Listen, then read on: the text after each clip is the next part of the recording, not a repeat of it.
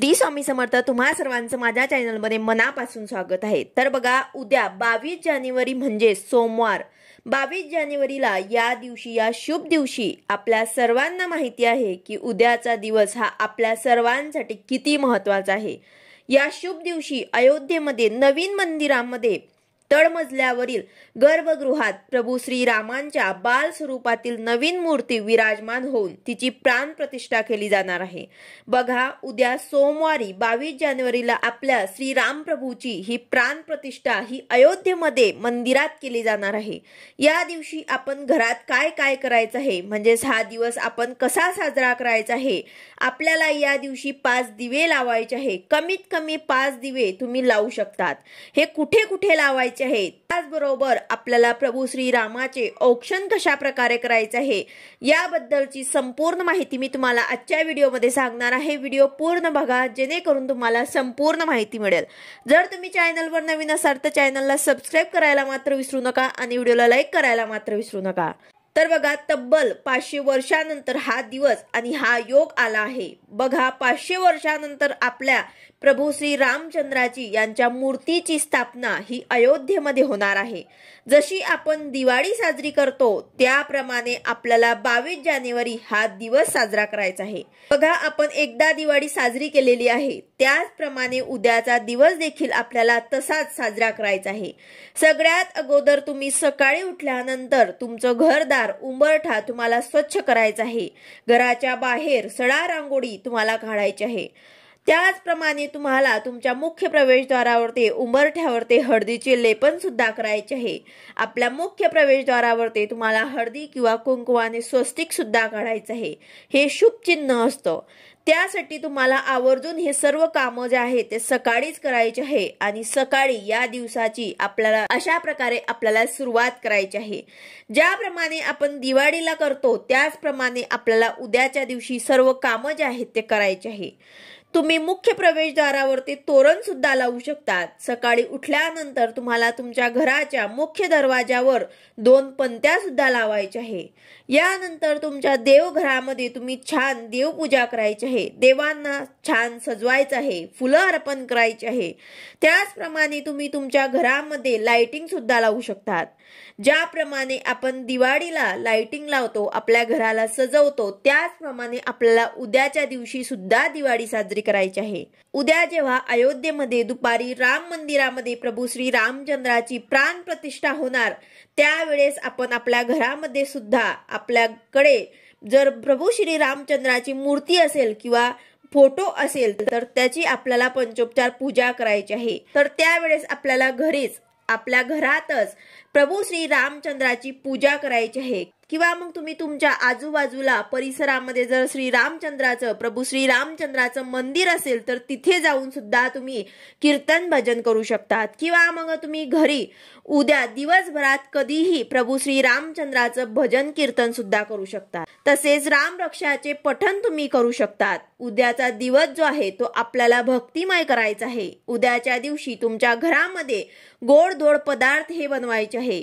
त्याचप्रमाणे तुम्ही तुमच्या घरामध्ये बघा, आपल्या सर्वांना अयोध्येवरनं पवित्र कलशातून अक्षता सुद्धा मिळालेल्या आहेत। तर त्या अक्षता तुम्ही पूजेमध्ये ठेवायचे आहे। आपल्या घरापर्यंत ते अक्षता आलेल्या आहेत, तर या शुभ मंगल अक्षतांचं आपल्याला काय करायचं, तर ते एका वाटीत तुम्ही तुमच्या देवघरात ठेवू शकतात। जिथे तुम्ही पूजा मांडणी करणार तिथे तुम्हाला ठेवायची आहे। पूजा मांडणी कशी करायची आहे याबद्दलचा व्हिडिओ सुद्धा आपल्या चॅनलवरती आलेला आहे, तो सुद्धा तुम्ही बघू शकतात। पूजा आपल्याला आपल्या घरामध्येच करायची आहे। त्याचबरोबर हा कार्यक्रम जो आहे तो आपल्याला लाईव्ह सुद्धा बघायला मिळणार आहे। तर दिवसभर तुम्ही राम नामाचं जप सुद्धा करू शकता। तुम्ही मोबाईलवर टीव्ही वरती रामाचे गाणे भजन कीर्तन दिवसभर लावून ऐकू शकतात। त्याचप्रमाणे तुम्हाला उद्या रामज्योत देखील लावायची आहे। एका पाटावरती तुम्हाला एक वस्त्र अंथरायचं आहे। जर तुमच्याकडे पिवळा वस्त्र असेल तर आवर्जून तुम्हाला तो अंथरायचा आहे। रामाची मूर्ती किंवा फोटो असेल तर ते तुम्हाला ठेवायचे आहे। त्यांची पंचोपचार पूजा करायची आहे, मिठाई अर्पण करायची आहे, नैवेद्य फळं तुम्हाला हे सर्व अर्पण करून त्यांची पंचोपचार पूजा करायची आहे आणि एक दिवा तुम्हाला प्रज्वलित करायचा आहे। तसेच तुम्हाला उद्या आपण ज्या दिवाळीमध्ये पंत्या लावतो ते तुम्हाला उद्या लावायचे आहे। पण रामज्योत लावण्यासाठी तुम्ही कुठल्याही धातूचा दिवा घेतला तरी सुद्धा चालेल। तुम्हाला एक मोठा दिवा घ्यायचा आहे आणि त्या दिव्यामध्ये तुम्हाला दुहेरी वात घालून ते दिवा तुम्हाला लावायचा आहे।